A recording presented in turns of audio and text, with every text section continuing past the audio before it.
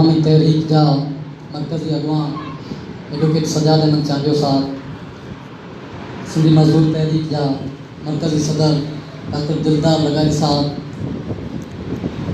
DSF जा मरकज़ी अगवान comrade शेराज Azhar साहब, stage ते वेठल सिंधी शागिर्द तहरीक जा दोस्तों, पिंडार में वेठल अवामी तहरीक जा अगवानो, सिंधी शागिर्द तहरीक जा दोस्तों, मुझा भेनरूं मुझी भेनूं ऐं भाइरो, जिए सिंध जिए शागिर्द जदोजहद। साथियों, गुज़िरियल केतिरनि ई ॾहाकनि खां शागिर्द जदोजहद खे हिकड़ी साज़िश तहत शागिर्द जी जदोजहद खे रोकियो वियो आहे, उनजी रस्ता रोक कई वई आहे ऐं शागिर्द खे हिकिड़े बाउंड माहौल में हिकिड़े मखसूस तइलीमी निज़ाम में बंदि करे उनके सोचण खां उनजी सोचण ते रस्ता रोक कई वई आहे।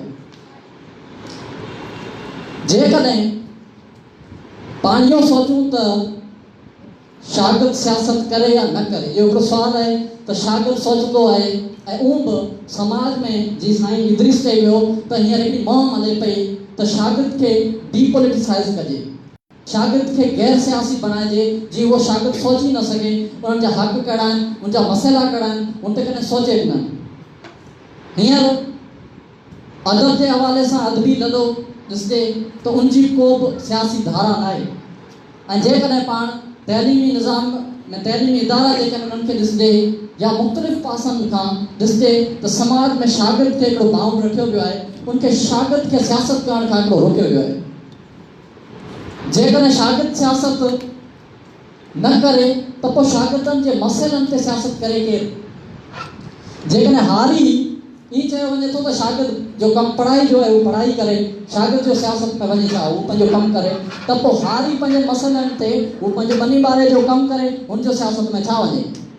जेकॾहिं शागिर्द सियासत न करे त पोइ सिंध जा वकील जेको जस्टिस जी बहाली जी तहरीक में जेको उहो वकील सभु मुतहद थी जदोजहद में आया, उहो पंहिंजे वकालत जो कमु कनि, उहो जदोजहद में छो आया, उहो सियासी धारा में छो आया?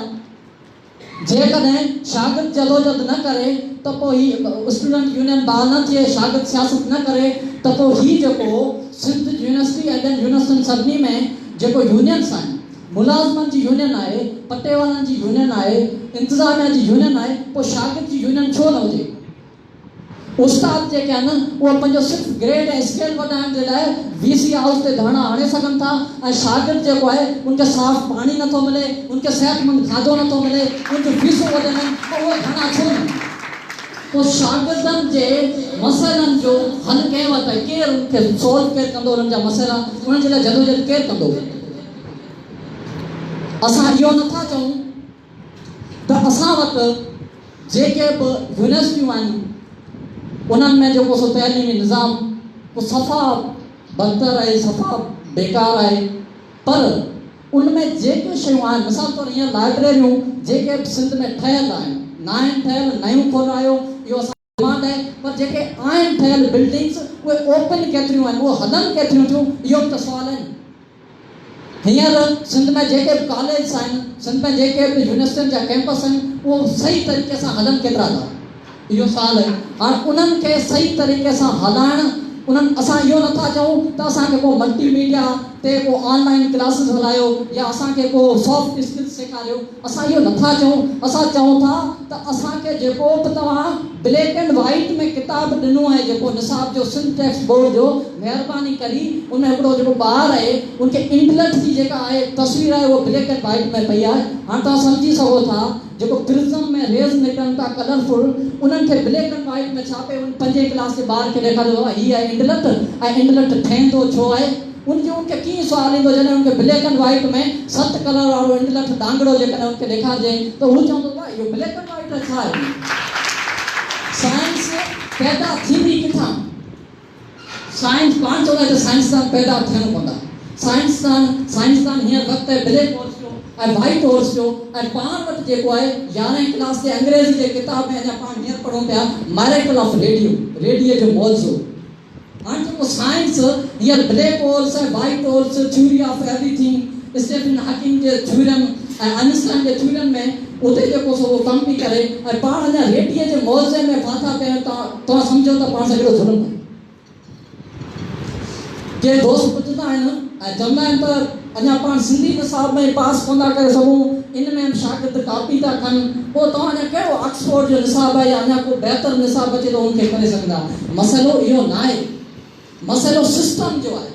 ॿार में आइंस्टाइन जो कॉल है that everyone is a genius, but if you judge a fish, if you judge by its ability of a fish to climb a tree, then it will live whole of its life thinking and believing that it's stupid. हू जेकर पाण जज कयो हिकिड़ी मच्छी खे त हू वण ते चढ़ी कोन सघे, तंहिंजे करे उहा क़ाबिल न आहे, त पोइ हू त बेवकूफ़ी सम्झी पंहिंजे पाण खे न। यानी पाण सभिनी जे लाइ टारगेट हिकिड़ो कयूं था। जेको पुटु वॾो थियो आहे डॉक्टर थींदो, डॉक्टर थींदे बसि ज़बरदस्त, अञा हुनखे ख़बर ई न आहे डॉक्टर छा, नंढे हूंदे खां ॿुधी और डॉक्टर थींदो, इंजीनियर थींदो, या हीअं इंग्लिश डिपार्टमेंट में वञो तूं इंग्लिश लिटरेचर पढ़। जेके बि सिंधी यूनिवर्सिटी में आहिनि सभिनी जो फर्स्ट प्राइज़ इंग्लिश लॻी वई आहे। इंग्लिश छो आहे? कंहिं वक़्त में ज़बरदस्त हुई इंग्लिश। हाणे तव्हां ॾिठो हुते जी सूरत हाल जीअं अॼु ॻाल्हि करे वई त हुते इंग्लिश डिपार्टमेंट जेको लिटरेचर आहे उन फुड गाला लॻे थो, या वाक़ई इंग्लिश लिटरेचर में पढ़ा थो हुते वाक़ई फुड गाला रखे थो, लॻे थो हुते थर जो मुख़्तलिफ़ फुड आहे उन्हनि जी थिए थी।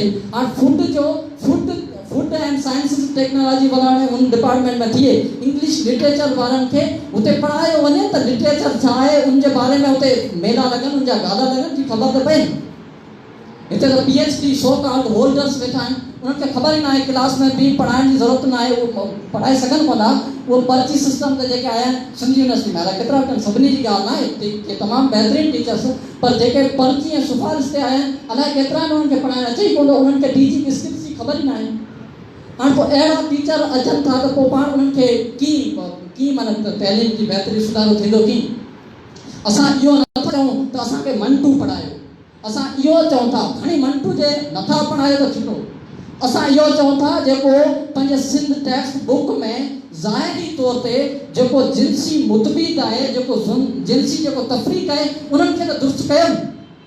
असां इहो नथा चऊं खणी असांखे जेको सो निसाब में असांखे सचा हीरोज़ जेके आहिनि उन्हनि खे तव्हां नथा ॿुधायो, उन्हनि खे नथा पढ़ियो। असां इहो नथा चऊं त असांखे भली इब्राहिम जो पढ़ायो था या रसूल पढ़ायो था, निसाब में नथा पढ़ायो, खणी न पढ़ायो, पर कूड़ ऐं ज़ब्त त न पढ़ायो न। जेके तारीख़ में हिकिड़ो कूड़ जेको सॼो ज़ब्त आहे, जेके पढ़ी माण्हुनि जा दिमाग़ फिरियो वञे, उहो महिरबानी करे उहो निसाब त असांजे मग़ज़ में न आणियो।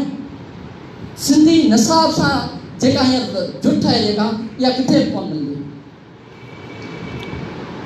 हींअर असांजे हींअर जेके हरासमेंट जा इशूज़ आहिनि सिंध में, या जेको मेन इशू आहे पाण ट्रांसपोर्ट जो, असां न खणी इहो नथा चऊं त पंजाब वारी मेट्रो बसिस हिते हलायो, असां इहो खणी नथा चऊं त असांजे लाइ को फ्री सर्विस बसुनि जो हलायो, पर असां चऊं था जेके ही फिटल ऐं खटारा बसूं आहिनि घटि में घटि इन्हनि खे कढो त जीअं असांखे कॾहिं शाइस्ता मेमन जो या शायान शाह जो कॾहिं चिचरियल लाश त न मिले, घटि में घटि इन्हनि फिटल खटारनि बसनि खे त कढो।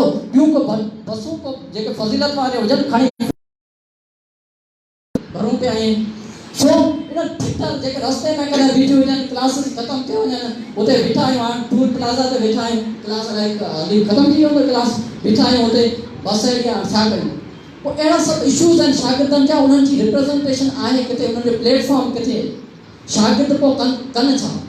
हीअं ताज़ो हफ़्ते में पाबंदी लॻी आहे त शागिर्द जेके बि इदारा आहिनि, यूनिवर्सिटियूं आहिनि, उन्हनि में सकाफ़ती ॾियारनि ते पाबंदी लॻी वई आहे। सकाफ़ती ॾियारनि जी पाबंदी सां उन्हनि खे ख़तरो, मुंहिंजी टोपी ऐं अजरक सां उन्हनि खे ख़तरो आहे को वॾो हूंदो, पर आउं चाहियां थो त तव्हां भली टोपियूं पाइण ते बंदिश हणो, भली अजरकूं पाइण ते बंदिश हणो, या बि सकाफ़त आहे, पर हींअर जेका इहा सकाफ़त जुड़े पई, इहा सकाफ़त हिते जी आहे, इहा सकाफ़त आहे शऊर जी, इहा सकाफ़त आहे इल्म जी, इहा सकाफ़त आहे सोचण जी, जंहिंखे तव्हां पाबंदी हणी कोन सघो, जंहिंखे तव्हां बंदिश हणी कोन सघो। सिंधी शागिर्द तहरीक, शागिर्द शायान शाह ऐं उनजे जेको बेरहमानी इंतज़ामिया जे करे उनजो जेको क़त्ल थियो आहे, ऐं सिंध में मुख़्तलिफ़ यूनिवर्सिटियुनि में ऐं इदारनि में शागिर्दनि सां जेके मसइला पेश कनि था उन्हनि ख़िलाफ़ 13, 14 ऐं 15 मार्च ते सॼी सिंध जे मुख़्तलिफ़ ज़िलनि में एहतजाजनि ऐं मुज़ाहिरनि जो ऐलान करे थी। तव्हां सभिनी जो साथ खपे। जेके बि दोस्त हिन प्रोग्राम में शरीक थिया, ख़ासि करे स्टूडेंट विंग्स जा महिमान जेके दोस्त आया आहिनि ऐं मुंहिंजूं भेनरूं ऐं दोस्त ॿाहिरि जेके बि स्टूडेंट्स मुख़्तलिफ़ तंज़ीमनि जा हिते पंहिंजनि मिड टर्म्स आहिनि सुभाणे खां ऑलमोस्ट जेके बि यूनिवर्सिटीज़ आहिनि उन्हनि में कॉलेज में उन्हनि खे करे तव्हां हिन प्रोग्राम खे अहमियत ॾेई हिते आया आहियो। तव्हां सभिनी दोस्तनि जूं महिरबानियूं ऐं SST जा दोस्त जेके आहिनि शानदार प्रोग्राम अरेंज कयो ऐं जे उहे सभु जस्ट आहिनि, तव्हां सभिनी जी महिरबानी। मंज़िल तो मिलेगी भटकी सही, गुमराह तो वो है जो घर से निकले ही नहीं। Thank U.